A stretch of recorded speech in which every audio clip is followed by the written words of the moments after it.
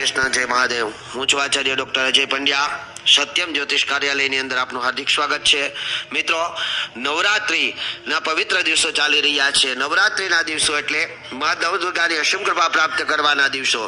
મા નવદુર્ગાની અસીમ કૃપા આપ સર્વ પર વરસતી રહે એવી શુભેચ્છા સાથે હું માતાજીના નવે નવ રૂપનું વર્ણન લઈ આપની સમક્ષ આવું છું। પ્રથમ શૈલપુત્રી ચ, દ્વિતીયમ બ્રહ્મચારિણી, તૃતીયમ ચંદ્ર ઘંટેતી, કુષ્માંડેતી, ચતુર્ગમમ पंचम संद मातेती, षष्टम गति यानी च, सप्तम काल रात्रि च, महागौरी च, अष्टकम नवम सिद्धदात्री च, नव दुर्गा प्रकृतिता। હવે આજે હું તમારી સમક્ષ લાવ્યો છું પંચમ નોરતું, પાંચમા નોરતે સ્કંદ માતાની પૂજા શા માટે કરવામાં આવે છે? સ્કંદ માતા કોણ છે? સ્કંદ માતા સ્વરૂપ કેવું છે અને સ્કંદ માતા તરીકે શા માટે ઓળખવામાં આવે છે? મિત્રો, આનું સર્વત્ર શ્રેષ્ઠ વર્ણન તો સ્કંદ પુરાણની અંદર આપવામાં આવ્યું છે।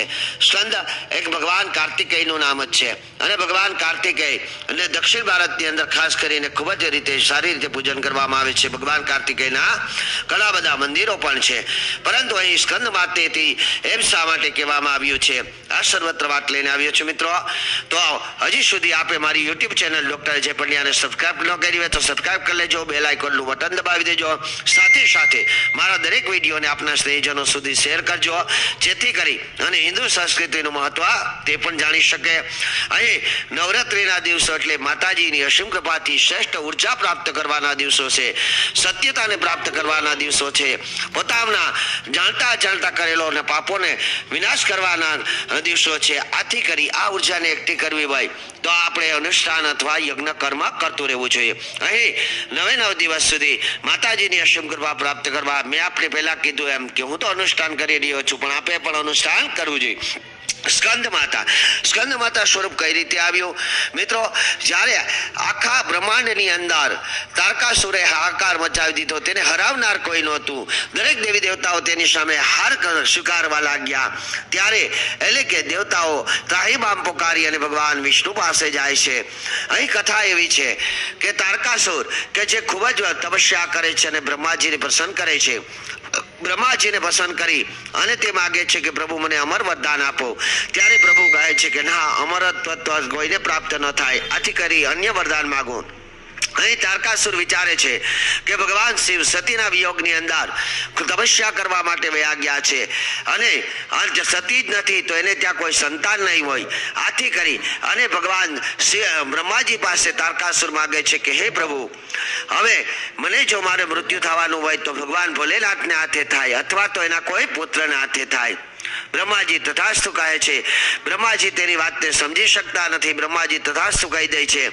આ બાજુ તારકાસુર સર્વત્ર પ્રકારે હાહાકાર મચાવવા લાગે છે, સ્વર્ગ ઉપર રાજ કરી લે છે, ઇન્દ્ર સહિત પવનદેવ સહિત દેવી દેવતાઓ ત્રાહિમામ પોકારી જાય છે અને ભગવાન વિષ્ણુના ચરણે આવે છે।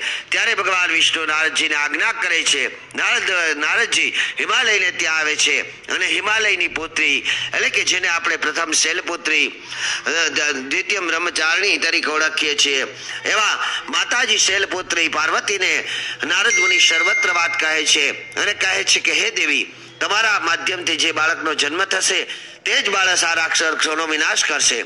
આથી કરી અને આપે એટલે કે 4 દેવીઓની કથા સાંભળી અહીં માતાજી શિવજી સાથે લગ્ન કરે છે અને ભગવાન ભોલેનાથની ઉર્જા અને મા પાર્વતીજીની ઉર્જાની એટલે કે જ્યારે રજગણ એટલે કે ભેગો થાય છે અને તેમાંથી એક અનકાશ બાળકનો જન્મ થાય છે।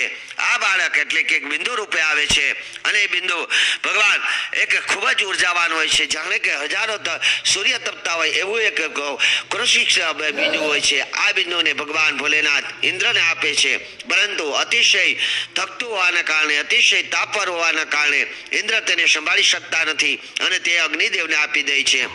અગ્નિદેવ આ બાજુ એ બિંદુને લઈને ચાલતા થાય છે, પરંતુ તે બિંદુ એટલું તપતું હોય છે કે અગ્નિદેવ માટે પણ સંભાળવું ખૂબ જ અઘરું હોય છે।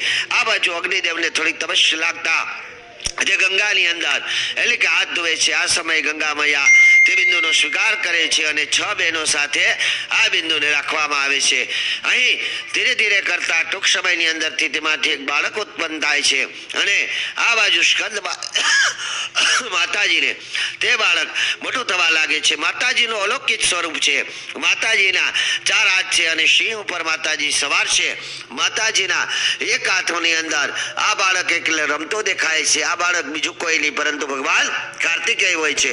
આ ભગવાન કાર્તિકેય ધીરે ધીરે થતા મોટા થાય છે અને દેવતાઓના સેનાપતિ બને છે. દેવતાઓના સેનાપતિ બની અને દેવાસુર યુદ્ધ લડે છે. આ યુદ્ધની અંદર તે અનેક રાક્ષસોની સાથે સાથે તારકાસુરનો વધ કરે છે. અહીં તારકાસુરનો વધ કરવા માટે જ એટલે કે સ્કંદનો જન્મ થયો છે એવું ગણવામાં આવે છે અને આ સર્વત્ર ભગવાનની માયા હોય છે, દેવીની માયા હોય છે એવું ગણવામાં આવે છે. માતાજી એટલે કે જ્યારે તારકાસુરનો વધ કરનાર એવા સ્કંદને મોટા કરે છે ત્યારે માતાજી પોતાનું માતૃરૂપી જે સ્વરૂપ બતાવે છે. એક પુત્રને મોટો કરવા માટે માતા એ શું કાર્ય કરવા જોઈએ આ સર્વત્ર કથા એમની અંદર છે અને માતાજી જે રીતે સ્કંદને લાડ લડાવે છે એને મોટો કરે છે એ સર્વત્ર એક માની કહાની આ કથાની અંદર આવે છે. આની વિસ્તૃત જાણકારી તો કાર્તિકેયની કથા એટલે કે સ્કંદ પુરાણની અંદર આપેલી છે, પરંતુ અહીં એટલે કે સામાન્ય કથા આપણે કઈ કીધી આ સર્વત્ર કથાને લઈ સ્કંદ માતાનું તેનું સ્વરૂપ બને છે અને આ સિંહ વાહિની માતા આ જગતજનની જગદંબા એટલે કે સર્વનું કલ્યાણ કરે છે. અહીં મેં વારે ઘડી એક વાત કરી છે કે આપે આ નવરાત્રી દરમિયાન મોટી ઉર્જા પ્રાપ્ત કરવી જોઈએ અને એ ઉર્જા પ્રાપ્ત કરવા માટે આપે જીવનભર કરેલા પાપો આપના વર્ષ સમય દરમિયાન કરેલા પાપોનો વિનાશ થાય છે. 9 દિવસ માતાજીની અસીમ કૃપા જો આપણી પર થઈ જાય તો આપ સર્વ સુખ સંપત્તિને પ્રાપ્ત કરી શકો છો.